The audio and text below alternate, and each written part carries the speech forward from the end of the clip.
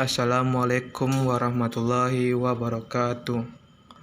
Sebelum memulai presentasi, baiklah kami akan perkenalkan kelompok kami masing-masing. Perkenalkan, nama saya Fen Melana dan teman saya Bang Budiman dan satu lagi Muhammad Rizky Ramadan Keman.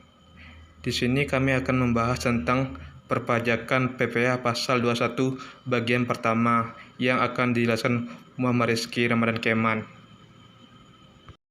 Pemotongan pajak penghasilan pasal 21.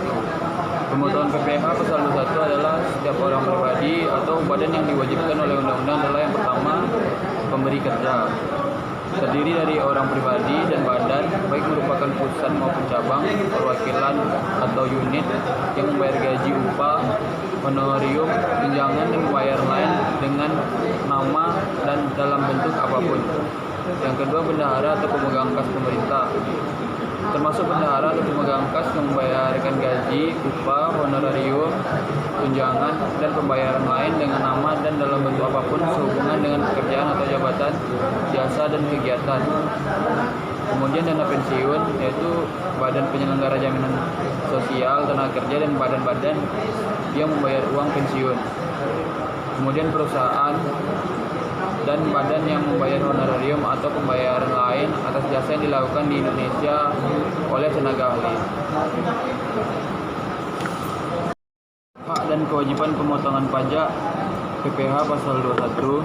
Hak pemotongan pajak PPh pasal 21 yang pertama adalah pemotongan pajak berhak untuk mengajukan permohonan memperpanjang jangka waktu penyampaian SPT tahunan PPh pasal 21. Kemudian pemotongan pajak berhak untuk menghitungkan kelebihan setoran pada SPT tahunan terhadap pajak yang terutang untuk bulan pada waktu dilakukan perhitungan kembali. Kemudian pemotongan pajak berhak untuk membetulkan sendiri SPT dengan menyampaikan pernyataan tertulis kepada Kepala Inspeksi Pajak setempat atau tempat lain yang ditentukan oleh Direktorat Jenderal Pajak sepanjang sebelum dimulai tindakan pemeriksaan.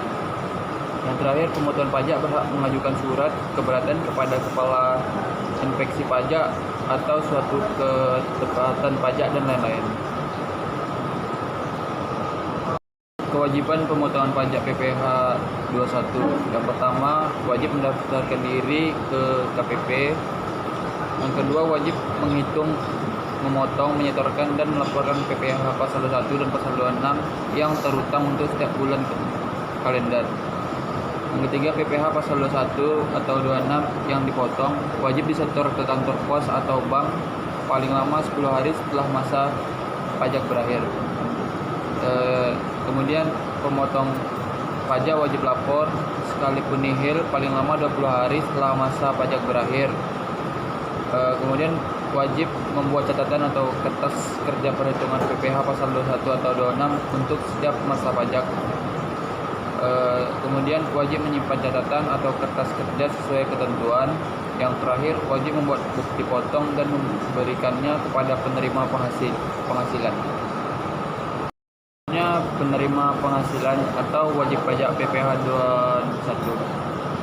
Penerima penghasilan yang dipotong PPh pasal 21 adalah orang pribadi yang merupakan yang pertama ialah pegawai, yang kedua penerima uang pesangon, pensiun, tunjangan hari tua atau THT, yang ketiga bukan pegawai yang menerima penghasilan sehubungan dengan pekerjaan, jasa atau kegiatan meliputi yang pertama tenaga ahli seperti pengacara, akuntan, arsitek, dokter, konsultan, notaris, aktuaris.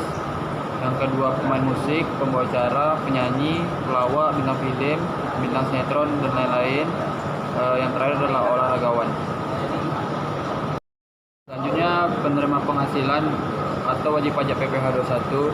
Penerima penghasilan yang dipotong PPh pasal 21 adalah orang pribadi yang merupakan bukan pegawai yang menerima penghasilan sehubungan dengan pekerjaan, jasa atau kegiatan meliputi yang pertama penasehat, pengajar, pelatih, penceramah, penyuluh, dan moderator. Yang kedua pengarang, peneliti, penerjemah. Yang ketiga pemberi jasa di segala bidang termasuk teknik komputer dan sistem aplikasinya, telekomunikasi, elektronika, geografi, ekonomi, dan sosial. Yang keempat agen iklan. Yang kelima pengawas atau pengelola proyek. Yang keenam pembawa pesanan atau yang menemukan langganan atau yang menjadi perantara. Yang ketujuh, petugas penjaga barang dagangan. Yang ke-8, petugas dinas luar asuransi. Yang terakhir, distributor multilevel marketing atau MLM. Penerima penghasilan yang dipotong PPh pasal 21 adalah orang pribadi yang merupakan yaitu peserta kegiatan yang menerima atau memperoleh penghasilan sehubungan dengan keikutsertaannya dalam suatu kegiatan, antara lain meliputi yang pertama, peserta perlombaan dalam segala bidang. Yang kedua, peserta rapat, konferensi, sidang, pertemuan. Yang ketiga, peserta atau anggota dalam suatu kepanitiaan sebagai penyelenggaraan kegiatan tertentu. Yang terakhir, peserta pendidikan, pelatihan, dan magang. Tidak termasuk wajib pajak PPh pasal 1 ialah yang pertama, konsulat atau pejabat lain dari negara asing dan orang-orang yang diperbantukan kepada mereka yang bekerja pada dan bertempat tinggal bersama mereka dengan syarat bukan WNI dan di Indonesia tidak menerima atau memperoleh penghasilan lain dari luar jabatan atau pekerjaan tersebut serta negara yang bersangkutan. Yang kedua, pejabat perwakilan organisasi internasional yang dimaksud dalam pasal 3 ayat 1 huruf C UU PPh yang telah ditetapkan oleh Menteri Keuangan dengan syarat bukan warga negara Indonesia dan tidak menjalankan usaha atau kegiatan atau pekerjaan lain untuk memperoleh penghasilan di Indonesia. Hak wajib pajak yang pertama, menerima bukti pemotongan PPh pasal 21 dari pemotong pajak. Yang kedua, mengajukan surat keberatan kepada DJP jika PPh pasal 21 yang dipotong pemotong pajak tidak sesuai dengan peraturan yang berlaku. Yang ketiga, mengajukan permohonan banding secara tertulis kepada Badan Penyelesaian Sengketa Pajak terhadap keputusan keberatan oleh DJP. Kewajiban wajib pajak yang pertama, wajib pajak atau penerima penghasilan wajib menyerahkan surat pernyataan kepada pemotong pajak mengenai jumlah tanggungan keluarga dalam 1 tahun takwib. Yang kedua, penyerahan surat pemberitahuan tahunan PPh wajib pajak orang pribadi jika wajib pajak mempunyai penghasilan lebih dari satu pemberi kerja. Penghasilan yang dipotong PPh pasal 1 atau objek PPh 21. Yang pertama, penghasilan yang diterima atau diperoleh pegawai tetap, baik berupa penghasilan yang bersifat teratur maupun tidak teratur. Yang kedua, penghasilan yang diterima atau diperoleh penerima pensiun secara teratur berupa uang pensiun atau penghasilan sejenisnya.